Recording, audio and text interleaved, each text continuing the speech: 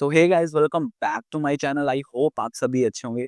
Friends, क्या आपको पता है कि रिटायरमेंट प्लानिंग एक ऐसी चीज़ है जिसको हम अक्सर लेट सोचने लगते हैं, बट ये जितनी जल्दी सोचा जाए हमारे लिए उतना ही बेटर होता है।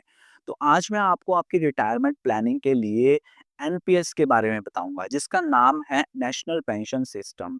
दोस्तों, एनपीएस का काम सिंपल है। आप अपने पैसे को इन्वेस्ट करते हैं और जो आगे फंड मैनेजर्स होते हैं वो आपके पैसे को अलग-अलग बॉन्ड्स एंड सिक्योरिटीज़ में इन्वेस्ट करते हैं, सो दैट कि आपको रिटायरमेंट के टाइम पे एक लमसम अमाउंट और एक मंथली फिक्स्ड पेंशन आपको लग जाती है।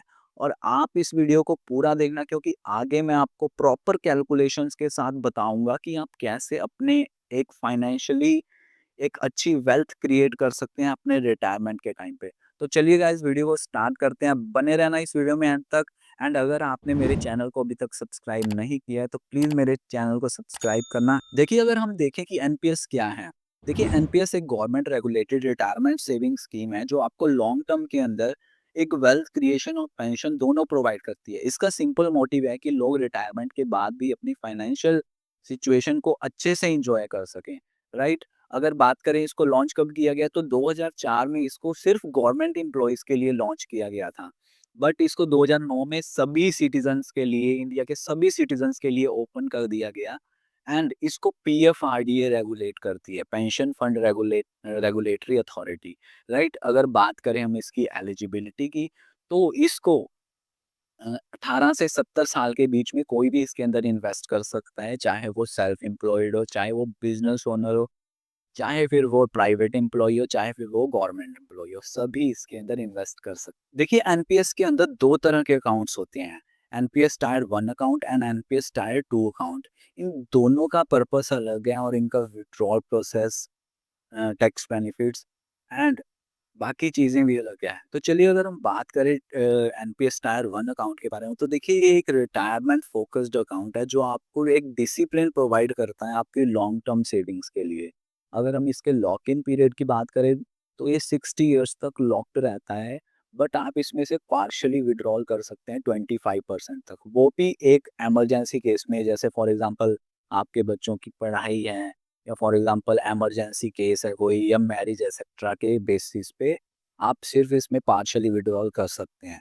और अगर हम बात करें, इसमें आपको 1.5 लाख तक टैक्स बेनिफिट्स मिलता है और इस पे आपको 50,000 का एक्स्ट्रा एडिशनल बेनिफिट भी मिलता है। यानी कि कहने का मतलब, अगर आप इस डायवन अकाउंट को एक प्रॉपर तरीके से आप इसमें डिसिप्लिन सेविंग्स चाहते हैं, तो आपको इसमें 2 लाख तक का टैक्स बेनिफिट मिल सकता है। हम बात करते हैं एनपीएस टायर 2 अकाउंट के बारे में। देखिए, ये एक वॉलंटियरी इन्वेस्टमेंट अकाउंट है जिसमें आप कभी भी इन्वेस्ट कर सकते हैं एंड कभी भी विथड्रॉ कर सकते हैं। इसमें कोई लॉक इन पीरियड नहीं होता। इसमें अगर आपको अकाउंट ओपन करना है तो आपको ओपनिंग कंट्रीब्यूशन 1000 रुपीज़ पे करना होता है। और अगर आपको फॉर एग्जांपल उसके बाद कभी भी इन्वेस्ट करना है तो 250 मिनिमम डिपॉजिट होना चाहिए, आपका मिनिमम इन्वेस्टमेंट 250 की होनी चाहिए। और अगर हम बात करें कि इसमें टैक्स बेनिफिट्स आपको क्या मिलते हैं, तो इसमें आपको कोई भी टैक्स बेनिफिट नहीं मिलते। तो एनपीएस टायर 1 और टायर 2 अकाउंट में जो कंपैरिजन है वो आप देख सकते हो यहाँ स्क्रीन के ऊपर। एक प्रॉपर कंपेयर करके हम दोनों में से जो भी अकाउंट चूज़ करना चाहते हैं उसको हम चूज़ कर सकते हैं। तो अगर हम देखना चाहें कि हमारा पैसा यहाँ पे इन्वेस्ट कहाँ पे होगा, where is our money invested, right? तो इसमें हमारे पास ना, देखिए, इक्विटी जैसे कि शेयर मार्केट, स्टॉक मार्केट में आपका पैसा इन्वेस्ट होता है, government securities, government bonds, right? Corporate bonds के अंदर आपका पैसा इन्वेस्ट होता है एंड अल्टरनेटिव एसेट्स जैसे कि आरईआईटीज़ में आपका पैसा इन्वेस्ट होता है। एनपीएस के अंदर ना 2 इन्वेस्टमेंट ऑप्शंस होते हैं। फर्स्ट होता है एक्टिव चॉइस, सेकंड होता है auto choice, right? Active choice में आप खुद डिसाइड करते हैं कि आपका पैसा कहाँ पे इन्वेस्ट होना चाहिए। अब फॉर एग्जांपल आप मैक्सिमम ना इक्विटी के अंदर 75% तक ही इन्वेस्ट करते हो, राइट? तो अगर बात करें हम ऑटो चॉइस की, तो इसमें आपका जो पैसा है वो एज के बेसिस पे डिसाइड होता है। कहने का मतलब, जो यंग इन्वेस्टर्स होते हैं उनका पैसा एक ज़्यादा इक्विटी में इन्वेस्ट होता है और जैसे-जैसे एज बढ़ती है तो वो एक सेफ एसेट्स में शिफ्ट होता जाता है, राइट? और इसमें ऑटो चॉइस में आपको फंड मैनेजर सिलेक्ट करना होता है। अगर आप फंड मैनेजर सिलेक्ट नहीं करते हैं तो पीएफआरडीए के रूल्स के अकॉर्डिंग आपको एक फंड मैनेजर असाइन कर दिया जाता है, जो आपके इन्वेस्टमेंट को हैंडल करते हैं, राइट? अब ये फंड मैनेजर्स प्रोफेशनल होते हैं जो आपके इन्वेस्टमेंट को प्रॉपर एक सही तरीके से इन्वेस्टमेंट करते हैं और ये फंड मैनेजर को आप साल में एक बार चेंज भी कर सकते हो। तो आप अपने फंड मैनेजर को प्रॉपर चूज़ कर सकते हो कि आपको कौन-सा फंड मैनेजर असाइन होना चाहिए, सो दैट कि आप एक अच्छे तरीके से आप अपने इन्वेस्टमेंट का बेनिफिट्स ले सकें, राइट? तो चलिए अब हम बात करते हैं इन सभी चीज़ों के बेसिस पे कि हमें एनपीएस के क्या बेनिफिट्स मेन मिलते हैं, राइट? देखिए, सबसे पहले बेनिफिट आपको मिल रहा है कि हायर रिटर्न्स मिल रहे हैं compare to FD and PPF, right? Second, flexible investment and low cost, कि कहने का मतलब कि आप 500 रुपीज़ मिनिमम से स्टार्ट कर सकते हो इसके अंदर। थर्ड, आपको 2 लाख तक का टैक्स बेनिफिट इसमें मिल रहा है। एंड अगर हम बात करें, एक स्ट्रिक्ट मॉनिटरिंग है इसमें पीएफआरडीए की, जो कि सेफ और ट्रांसपेरेंसी बिल्कुल इसकी सही रखती है। तो इसमें हम बिना किसी डर के अच्छे से इन्वेस्ट कर सकते हैं। अगर बात करें हम रिटायरमेंट टाइम की, ठीक है? तो इसमें देख लो, आपको एक 60% का कॉर्पस मिलता है जो कि टैक्स फ्री होता है एंड आपको 40% जो एन्युटी होता है वो आपका पेंशन में इन्वेस्ट होता है, राइट?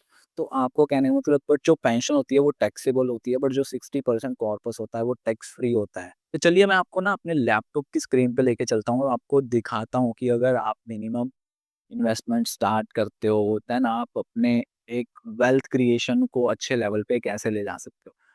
तो चलिए फ्रेंड्स, हम कुछ कैलकुलेशंस करके देखते हैं कि अगर आप कम से कम कितनी इन्वेस्टमेंट करते हो तो हम कितना एक वेल्थ क्रिएट यहाँ से कर सकते हैं। तो देखिए, फॉर एग्जांपल हम सिर्फ 5000 रुपीज़ मंथली इन्वेस्ट करते हैं, राइट? और हमारी एज मान लेते हैं कि अभी 25 एज हमारी है, राइट? एंड हम रिटर्न्स भी ज़्यादा एक्सपेक्ट नहीं करेंगे, सिर्फ हम 10% के जो एक फेयर रिटर्न्स मेरे हिसाब से होते हैं over the period of retirement, हम इससे एक्सपेक्ट करेंगे। एंड इसमें आप देख सकते हो, फिर आपका 21 लैक्स टोटल इन्वेस्टमेंट हुआ, राइट? एंड इसमें जो आपका गेन हुआ है वो 1.7 करोड़ के आसपास है। कि आप देख सकते हो कि टोटल मैच्योरिटी वैल्यू जो आपकी है वो 1.91 करोड़ निकल के आती है।